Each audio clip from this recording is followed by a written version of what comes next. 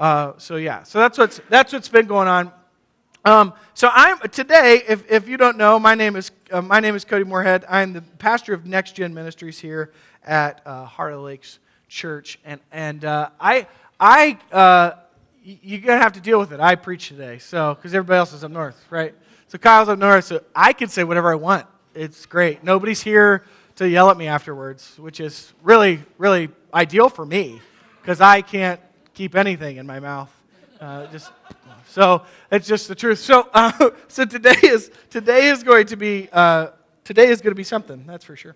But I want to talk to you. We're breaking down the culture of honor, but before we get there, I want to make an announcement for those of you who don't have Facebook who want to know. This is my beautiful wife and I with our foster child, Blaze.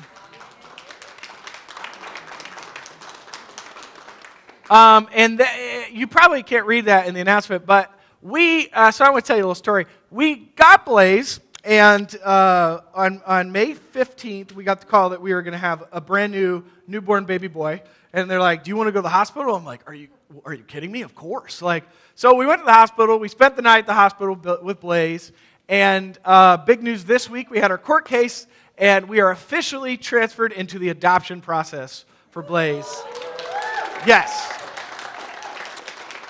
So I want to rewind a little bit to 2 weeks after we got Blaze, when my wife said to me, "I'm not feeling so good." And I was like, we got this newborn baby, maybe you got sick. And she's like, "No, I'm not feeling so good." And I'm like, "Oh, take a test." So my wife proceeded to take a pregnancy test, and we found out that after getting Blaze, we're pregnant. So, which is awesome and also terrifying at the same time. We have 2 kids under the age of 1 running around our house. And I don't know if you guys know me, but I'm pretty crazy. So if they're anything like me, it's going to be nuts. So, but yeah, so that was our big announcement this week. And my wife is just over the moon. So if you see her, she's got an extra glow today. Pretty much she always has an extra glow because she has to be married to me. But no, that's pregnancy for you. But so we're really happy, and you guys have just poured out all your love on us, and we're just so thankful for that. And so thank you for being a great church family and supporting us and just loving on us because we needed it. And so we've been waiting for that for a long time. So, and there's Blaze right there in the picture. I don't know if you can tell, but he's got a onesie on and it has the pines on the back of it. It's kind of great. It's just no big deal. So today I want to talk to you. We're talking about the culture of honor. We're talking about the culture of honor. And if you guys are not familiar with the culture of honor, it is really kind of the backbone of what we do here at Heart of the Lakes. It's what we live by, which is it's care about what the people you care about, right? It's an acronym for CARE, all right? And that's the culture of honor. So it's care about what the people you care about, assume the best, restore gently, release bitterness, and the last one is you might be right, but is it loving? And if you don't know what that is, you can take a look. There's a big old poster with a Spartan helmet on it back in the lobby. Make sure you take a look at that before you leave. That's our culture of honor. That's what we live by. And so we talk about this all the time. And so I'm going to ask a question. Does anybody know what our vision statement is? We say it all the time. It's on our t-shirts. Love God, love people, right? So we've got love God, love people. That is our vision statement here, okay? And we believe that is the most important thing. Jesus was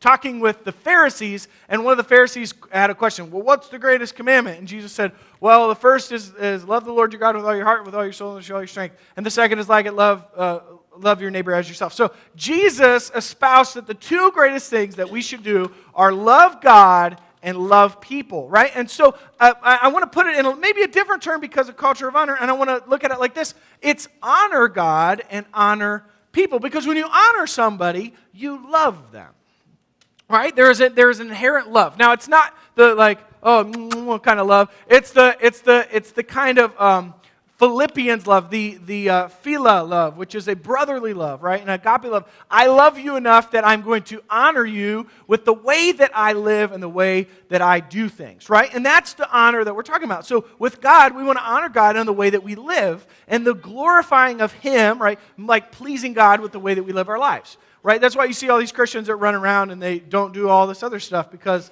their goal is not just to not do things, it's to live a life that pleases God, right? And honors God. And the same is true for people. We want to honor people. And that's what our culture of honor is all about. But I want to talk about something today, okay? And I want to tell you this right off the bat. I'm going to not apologize for anything I say today, okay? None of it.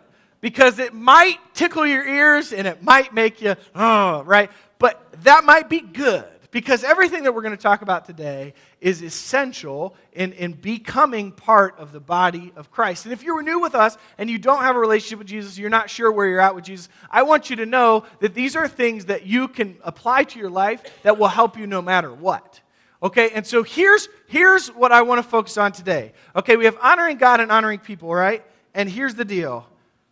Honoring your church.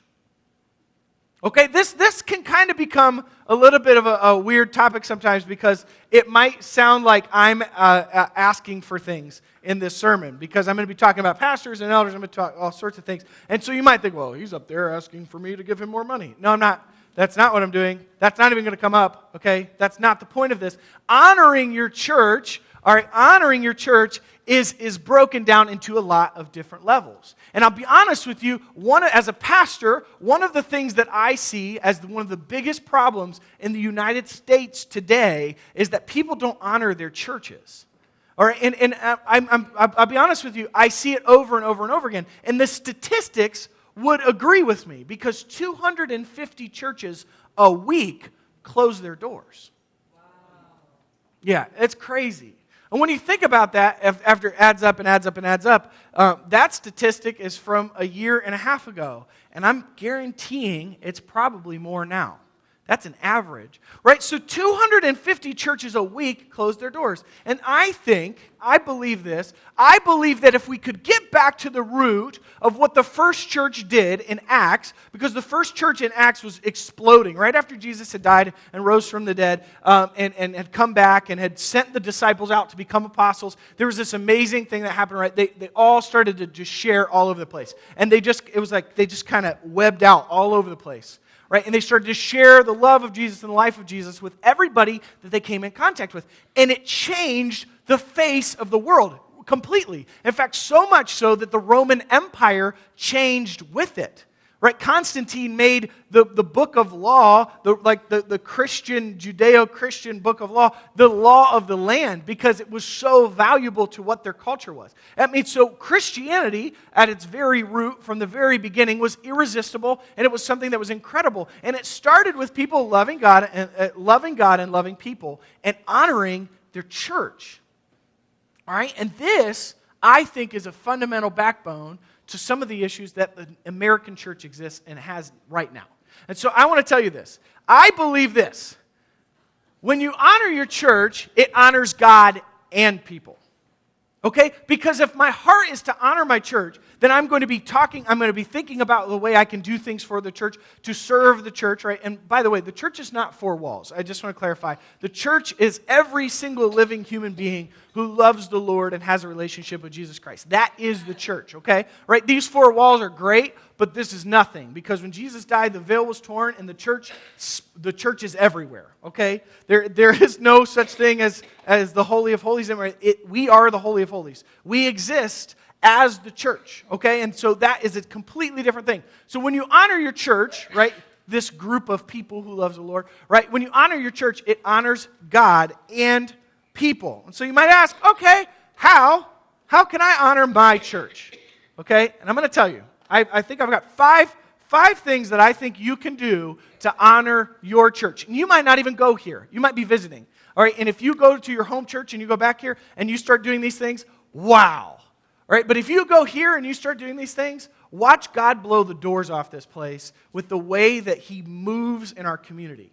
God is doing so many amazing big things. I don't ever want to be in the way of that. And I think that's what honoring your church does, right? So here's what I'm going to say. This is the number one, okay? Once again, you're going to think I'm saying this because I'm a pastor, but this is really important. Honor your pastors and elders, okay? There is a leadership that is designed for our church, right? And there are people who have been put in a place because they're godly people. They want what's best for the church. 2, because they're bought in. They understand the mission and the vision of our church, and they want to see people come to Jesus from the things that we do, right? So they're fully bought into that. They're fully bought into that. And they're in a place, in a position, where they're in a group of people where they collaborate and they make decisions together. In fact, I'm going to tell you this right now. On our elder board, I have a personal, close relationship with every single one of our elders. And I would do life with them every single one of them. In fact, I do. Like, we do life together. And they are wonderful, godly men who love the Lord and want to see people come to Jesus. Okay? So honoring your pastors and elders shouldn't be that hard. So I want to dive into what that looks like and what Paul says to Timothy in 1 Timothy 5. He says this, "Let the elders who rule well be considered worthy of double honor, especially those who labor in preaching and teaching. For the Scripture says, 'You shall not muzzle an ox when it treads out the grain,' and the laborer deserves his wages. Do not admit a charge against an elder except on the evidence of 2 or 3 witnesses." All right, you might say, well, that's kind of crazy, but what does that all mean? It means this: pastors and elders are worthy of double honor and grace. Okay, so when you know that there's an elder, right, who is at your church, all right, and something pops up and you get frustrated, right? And you're like, oh, he did this, right? Remember, what the Bible tells us is that elders are worthy of double honor and double grace, which means that we should go above and beyond to honor our pastors and to honor our elders as a church. That's what that's calling us to, right? And I'm going to say this, okay? And this is where I said I'm not going to apologize, because this might offend some people, okay? Are you ready? Everybody bite down. Okay, I'm going to say this. Pastors and elders are not here to make you happy, okay? I cannot tell you how many church people think that that's our jobs, okay? And that's not a mean thing. I get it. But that is not the mission and the vision of the elders and the pastors of this church, and shouldn't be the mission and the vision of the pastors of any church. That does not mean that we don't care for, that does not mean that we don't go above and beyond, but our job is not to make church people happy. Our job is to do whatever we can to advance the mission and the vision of the global church, which is to make disciples and to introduce people to Jesus Christ. Okay? That is our number one calling.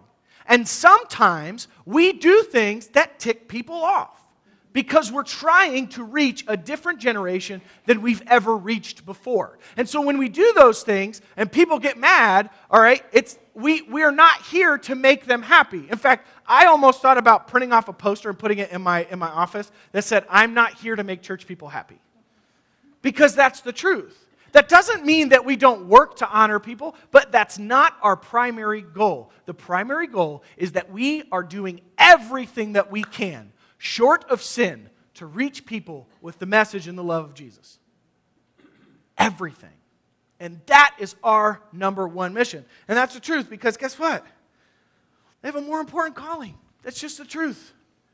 I will tell you this. I will choose honoring God with what I do over making someone happy any day. And you should too. Honestly. You should too. With your life, you should choose to honor God with what you do more than making other people happy. And I'll be honest, if you chose to honor God with your life more, you'd probably have less things to complain about, which brings me to number 2. And it's this: stop complaining. Oh, I told you this was going to be rough. Okay, so stop complaining. I cannot tell you how many churches across the United States that I walk into and I see good, godly people, well-meaning people, complaining to the pastor about something that's preference-related. Oh, I didn't like that. Oh, okay. Right? Did we sin? So I want to focus on this. This is something that Paul says to the church in Ephesus, and he's talking about the way that they communicate with each other. And he says this. He says this in Ephesians 4:29. He says this: "Let no corrupting talk come out of your mouths, but only such as is good for building up." Okay, let's just focus on that for a second. Only such that is good for building up.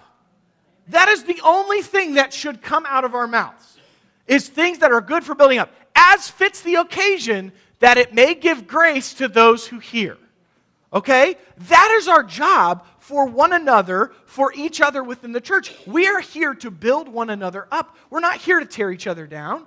All right? Now, that does not mean that we don't share hard truths. Okay? Because that's a part of it. We need to be able to share hard truths. But there's a big difference between corrupting talk coming out of your mouth and using constructive, truthful feedback to help people.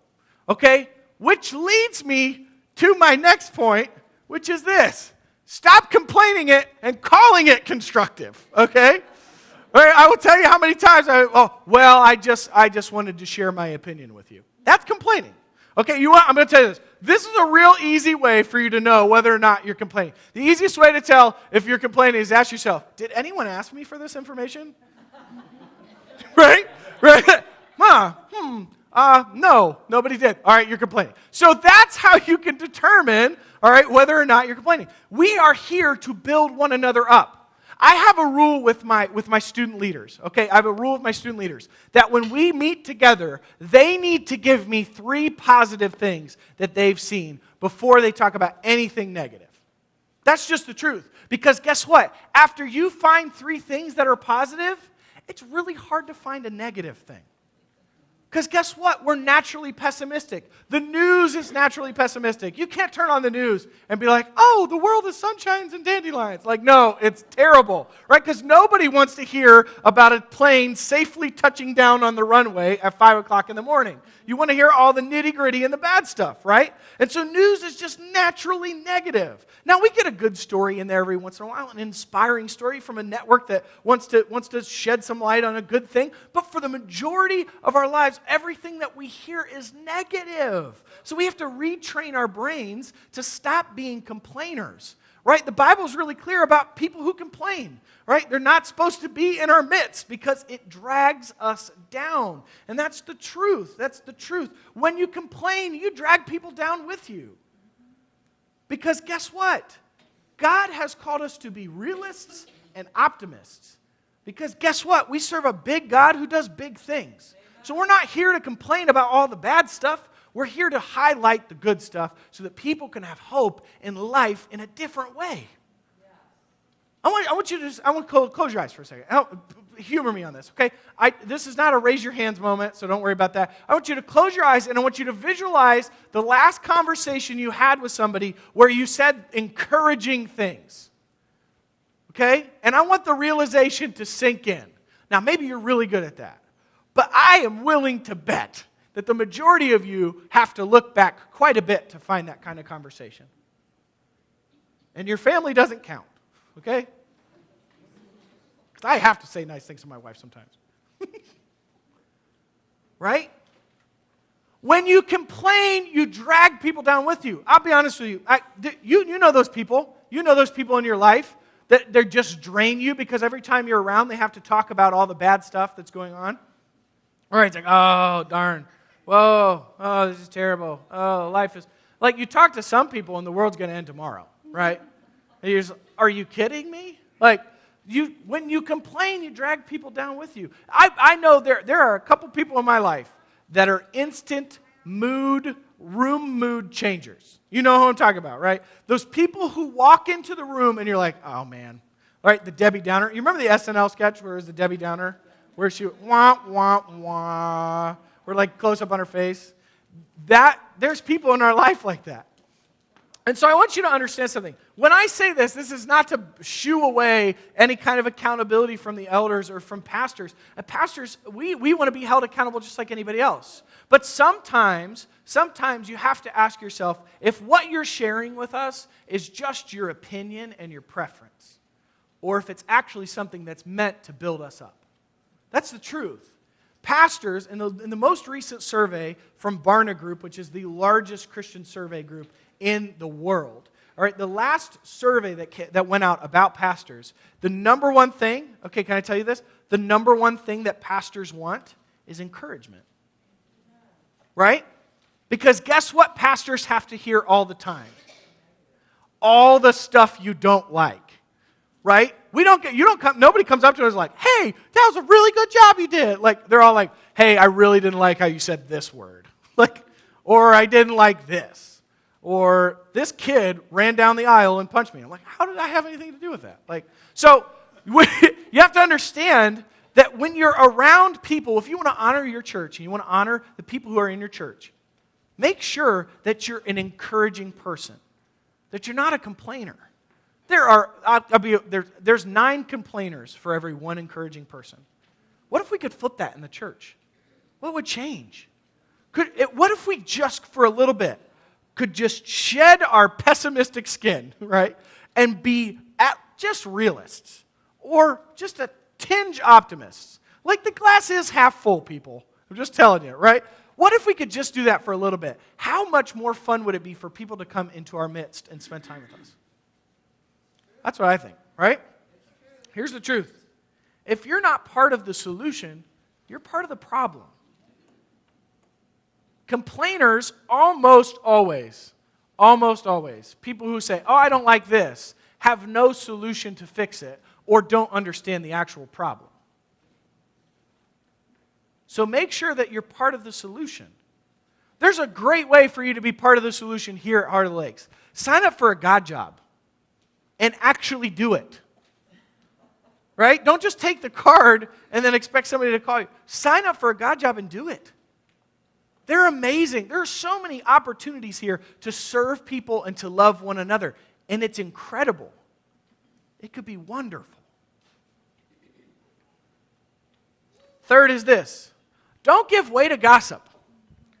This is, I think, I'll be honest with you, this is going to make me sound like an old fuddy-duddy, so I'm just going to say this.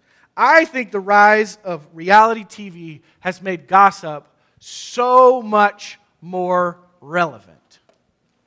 Because everybody wants the juice. Right? Ooh, I want to know the low down dirty. Ooh, right? Or something gets shared that you don't like, and you're like, I got that right here. And when somebody asks me, it's going to come out of my mouth. Right? Don't give way to gossip. Now, James, the book of James has a lot to talk about, right? It says this, brothers and sisters, do not slander one another. Anyone who speaks against a brother or sister or judges them speaks against the law and judges it. When you judge the law, you are not keeping it, but sitting in judgment on it. And then James 1:27 or 1:26 says this, those who consider themselves religious and yet do not keep a tight rein on their tongue deceive themselves, and their religion is worthless. Here's the truth. Stick up for people. I can't tell you how much courage it takes when you're in a group of people who's bad-mouthing someone else to say, hey, this isn't right. That's not easy, right? We get the mob mentality. Why do you think they call it the mob mentality, right? It's a riot. Everybody's doing it, right? Oh, everybody's doing it, so I have to do it too. No, you don't. In fact, as followers of Christ, we're called to do the exact opposite. We're called to stick up for people who don't have a voice, especially when they're not around, right? And I'll be honest with you. I know that there's gossip that happens. I fall and prey to it too. Every once in a while, somebody will be like, oh, I know this. And I'm like, oh, I think I know something. And here's the deal. I don't fall prey to it as in I agree or I communicate in that moment. But you know what I do? I'm a coward and I don't stand up for the truth. Or I don't tell people to stop. Which, guess what? Silence is as bad as agreement. Right? If you're in a group of people and somebody's getting bad-mouthed and you don't say anything, you're complicit. That's just the truth. If you don't say anything to stop what's happening, then you're part of the problem. Right? And that's hard to hear, but it's the truth. Right? Number 4 is this. And this is going to go back to, I'm a pastor, so I can say this. Right? Defend your elders and pastors. Right? And gossip ties into this because all too often this is what happens, right? Some rumor gets started about a pastor or an elder, right? And that catches like wildfire because for some reason we just want the low down dirty on everybody, right? Instead of giving double honor and grace, we just allow people to rip our leadership to shreds. And this is Paul had this moment where he had to stand before a council of people. Where he had to stand before a council of people within the church, and he had to talk about what was going on, and he had to confront them.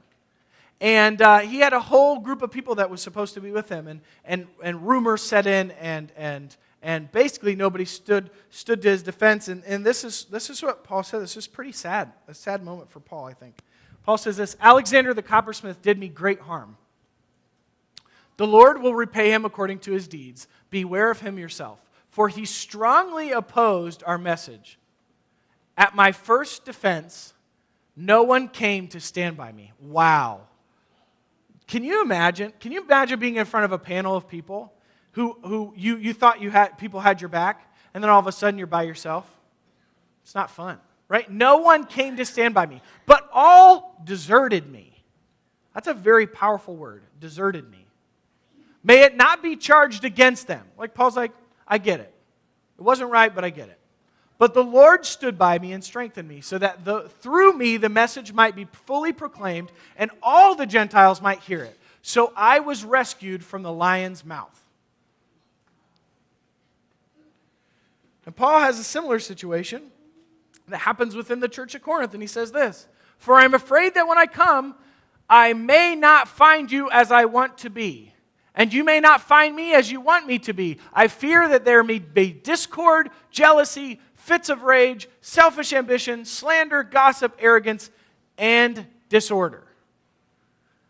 Can I just tell you something? I'm going to give you a personal experience. I worked at a church, and some nasty things were being said about me as a youth pastor with some of the students that were there, and some parents who were defending students who were not being godly at all. They were defending their kids because that's what parents do sometimes. But they went the next extra mile and started to badmouth me and talk about how terrible of a youth pastor I was and how I didn't know how to do my job and why did we ever even hire him. And their entire life group bit into this nice, juicy apple of gossip. And we had an event. And I will tell you, and my wife will agree with this, I have never felt so alone in my life. It was the most terrible feeling I've ever had. Because I had an entire group of people who had gossiped and spread lies about me, and I had to sit in that room and I had to smile, and I had to pray that God would give me the strength to forgive them and not hold it against them. Because they didn't know any better. But the truth is that they were complicit because they didn't stand up to defend my honor. So instead of giving me or anybody else a double dose of honor or a double dose of grace, they failed to defend. And I felt alone. And I get this. This verse, that previous verse that Paul writes in 1 Timothy, that gets me. It gets me every time. Because it's hard.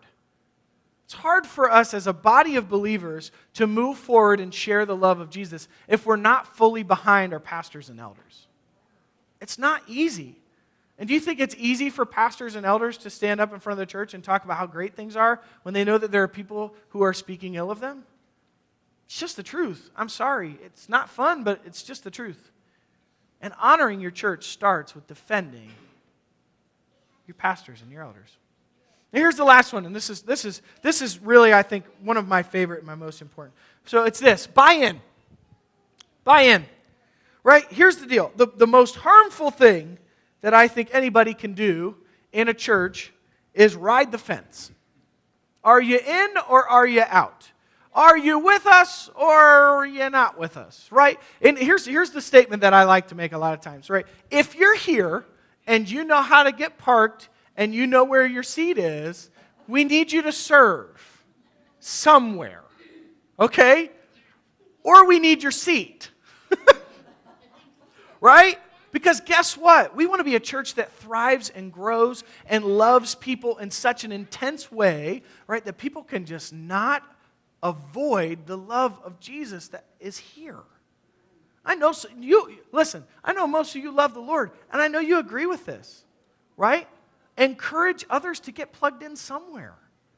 Be like, hey, listen, you're part of the team now. I like to tell people when they first come to a church, like, hey, what job do you want?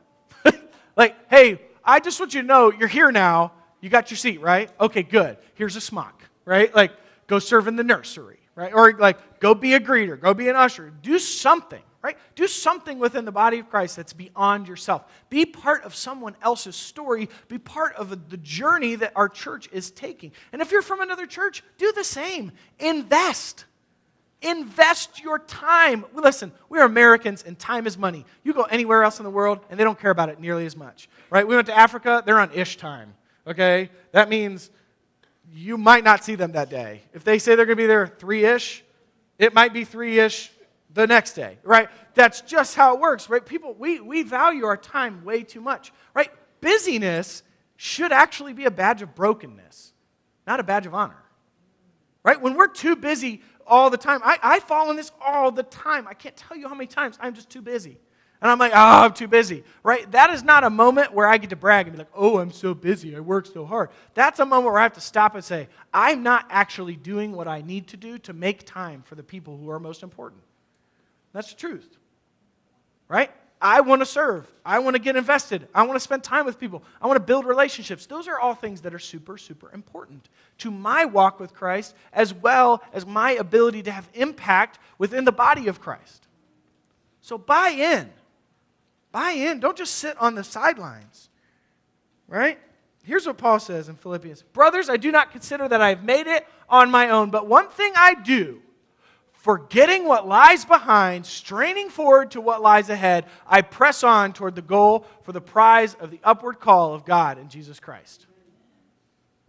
Let me tell you something. I know, because I study all these church trends, what happens in churches, okay?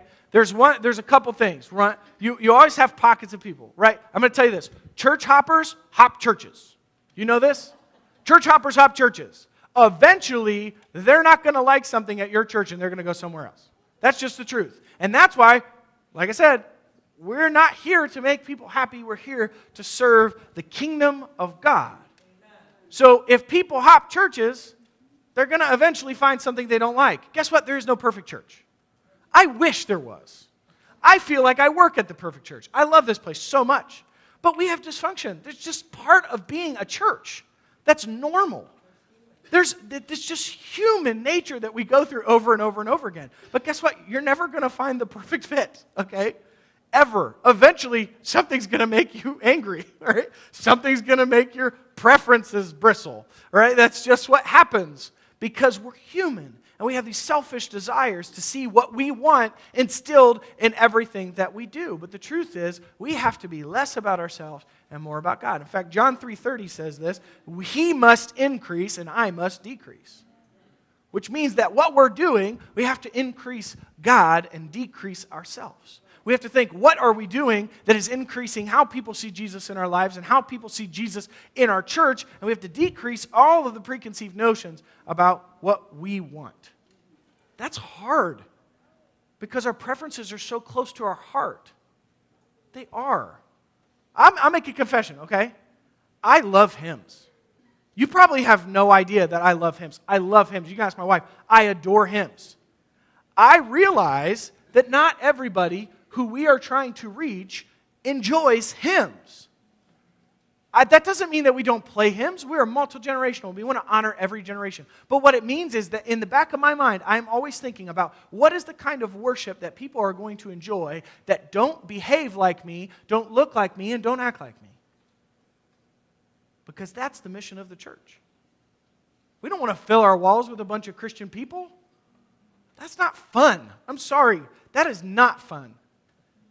At all. And you would be like, well, I'm a Christian person, I'm here. Yes, that's great. We love you, and we're so glad you're here. But what we want is people who have never been to a church to come here and experience the love of Jesus in a way that they've never done before. Yeah. And that means we have to do things that may not be according to your preference. But it means that we are here to serve the mission and the vision of the global church that is in the Bible, which is to love God and to love people and to share the good news. So buy in. So what does this mean for you? What does this mean for you as an individual person in our congregation? You might be like, okay, this is too much. This guy's crazy. He's just young, stupid guy, doesn't know anything. That's fine. Here's the deal. What this means for you is, I think this is a good heart check. And before we get into school year, if you're here and you love the Lord and you're invested in what we're doing as a church, and you want to see the church continue to grow, which, by the way, we are growing like crazy. I know you can't tell this week because everybody's up the pines, but we are growing like crazy. New people are coming here like never before. It's incredible. What this means for you is you need to have a heart check. You need to figure out where you exist within the scheme of every church, not just this church. Every church. Are you an active, growing member? Or are you dying off? And like I said, I'm not going to apologize, but I do hope this doesn't offend you. But I do hope it convicts you. What does this mean for HeartO? What does this mean for Heart of the Lakes? It means, I'll be honest with you, I've said this before, I really believe this. Okay, call me overambitious. But I believe if people really bought into the idea that they could honor their church, that they would love God and love people, I believe our entire community would change. We're watching it happen with our students. We are. Their whole lives are changing, right? They're buying in. We're watching it happen here, okay? People are getting it. This is not a ho-hum-glum message where we're so terrible. It should be a gut check, but it's not. We are doing great things. God is doing amazing things through us here at Heart of the Lakes because of faithful people who love the Lord and want to see Him glorified in everything they do. Right? Do you want to be part of that team? So here's what I want you to think about. You can honor your church best if you fall in love with its vision. And if you fall in love with the vision of Heart of the Lakes, it is love God and love people. And you can be a part of that vision. And you can be an active, growing, thriving member. Let's pray. God, thanks so much for today. Thank you for everything that you do for us. Thank you that you consistently look out for us. And God, we just ask that you put a desire in our hearts to see you glorified. And that, God, you would put a desire in our hearts to love people and honor our church in such a big way. And God, we ask all these things in your precious name. Amen.